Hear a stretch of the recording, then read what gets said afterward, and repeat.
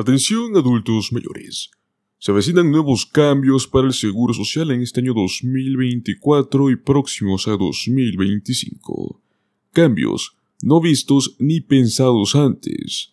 Es crucial que estén preparados para adaptarse, ya que estos cambios podrían afectar tus beneficios y tu seguridad financiera, por lo cual es fundamental estar informados y tomar medidas proactivas.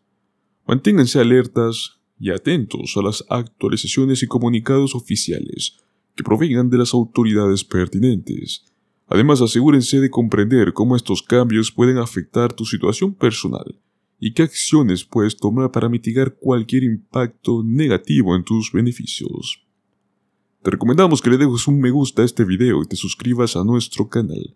Actives las notificaciones, ya que de este modo nuestra información va a llegar a ti de primera mano. Hoy estamos a solo 10 años de una crisis de seguridad social en toda regla. El sistema actualmente paga más en beneficios de lo que recauda en impuestos sobre la nómina. El impuesto del 12,4%, que es la mitad del impuesto, lo que pagan los trabajadores a través de las deducciones de nómina. La otra mitad, pues, los pagan los empleadores. Ya no equivale del todo a los beneficios. Si el Congreso no hace nada para arreglar el sistema, los cheques de beneficios para jubilados, para cónyuges supersistentes, niños huérfanos y personas discapacitadas tendrán que recortarse en un 27% a partir del año 2034. Pero como muchos estadounidenses no confían en que el Congreso haga frente a la crisis.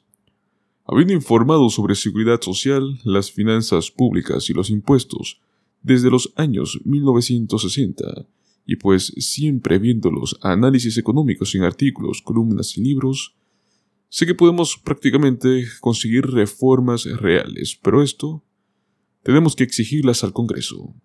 Los pagos de prestaciones, tan solo el año pasado ascendieron a casi $1 billón. Hablamos de una quinta parte del gasto federal, pagados a 67 millones de personas.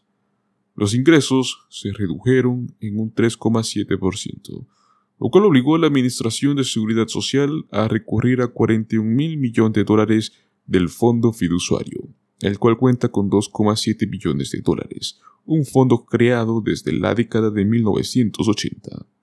Y es que hace 20 años, los fideicomisarios del Seguro Social estimaron que este fondo duraría hasta el año 2042, cuando los boomers más jóvenes cumplirían 78 años.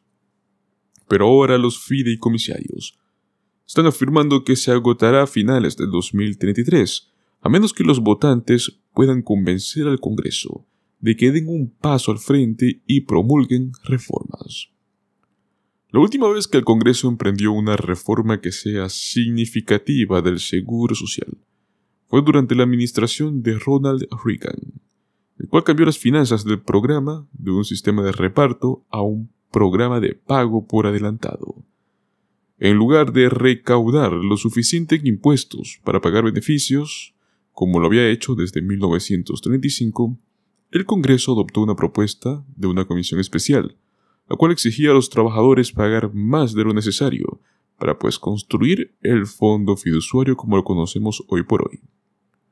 La comisión, que fue encabezada por Alan Greenspan, quien luego presidiría la Reserva Federal durante 4 administraciones, afirmó que este fondo garantizaría jubilaciones adecuadamente financiadas para los baby boomers, quienes pagarían el aumento de impuestos a medida que avanzaban en la fuerza laboral.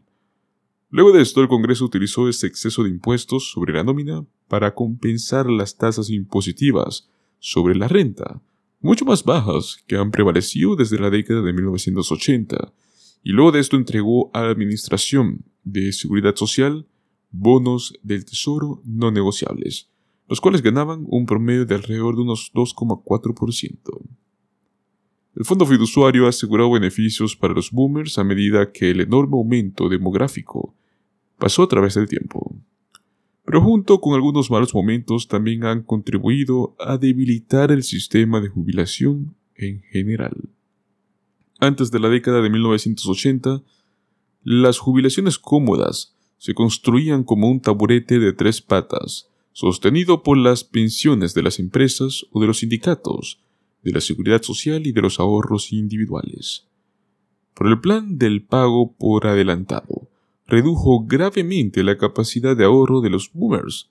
La tasa de ahorro personal del país también disminuyó, igualando aproximadamente los impuestos adicionales pagados a la seguridad social. Esto llevó a menos ahorros individuales, mientras al mismo tiempo los sindicatos disminuían y las corporaciones reemplazaban los planes de pensiones con planes de jubilaciones 401(k), los cuales, como bien sabemos, son menos generosos. ¿Pero qué fue lo que pasó con la seguridad social y por qué pasó esto? La crisis de la seguridad social no es solo un caso de muy pocos trabajadores que mantienen a demasiados jubilados. Para entender por qué la seguridad social está tambaleándose, hay que comprender algunas de las reformas en que ha cambiado la economía estadounidense desde los años 1980, especialmente los ingresos, que son la fuente de ingresos de seguridad social. La Comisión Greenspan estuvo de acuerdo con una recomendación del Congreso de que del 90% de todos los sueldos y salarios estuvieran sujetos al impuesto de seguridad social. Así fue a principios de los años 1980, pero con el tiempo el ritmo prácticamente se desaceleró. Hoy en día, solo alrededor del 82% pagan los impuestos. Entonces, esto fue lo que creó un déficit de $41,000 millones en el año 2022. Si el 90% de los salarios hubieran sido gravados, según muestran los cálculos, en lugar de un déficit, el sistema habría tenido un superávit de $64,000 millones. Pero pues a largo plazo restaurar la regla del 90% puede no generar suficiente dinero y no va a permitir mayores beneficios para los trabajadores más pobres. Esto se debe a que algo más ha sucedido con los ingresos. Desde principios de la década de 1990, los trabajadores que se encuentran en los niveles más altos de la escala salarial han recibido la mayor parte de los aumentos salariales. Y es que la fórmula que utiliza la Administración del Seguro Social para calcular el salario máximo sujeto al impuesto sobre la nómina no anticipó una economía en la cual los ejecutivos o profesionales con salarios que ya están muy por encima del límite de ingresos imponibles, que actualmente en este año 2024 es de $168,600, se llevaran porciones más grandes del pastel salarial nacional.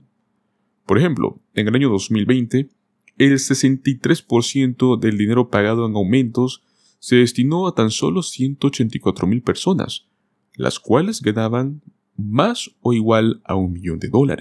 Su aumento promedio fue de $84,000, ninguno de los cuales estaba sujeto al impuesto de seguro social. Y es que el aumento salarial promedio para los otros 167 millones de trabajadores fue de tan solo $570. Entonces, como resultado, la mayor parte del aumento de los salarios generales no ha estado sujeto a impuestos del seguro social, y esto supone una pérdida adicional de dinero disponible para pagar las prestaciones. Finalmente, otro cambio imprevisto en la economía desde las reformas fue un desplazamiento de las fuentes de ingresos del trabajo hacia las ganancias de la inversión. Los datos que nos ofrece el IRS muestran que los sueldos y los salarios representaron el 78% del ingreso nacional en el año 1993, pero solo el 61% en el 2021. El resto provino del aumento de las ganancias empresariales, las ganancias de capital, los dividendos y algunas regalías, ninguno de los cuales está sujeto al impuesto del seguro social.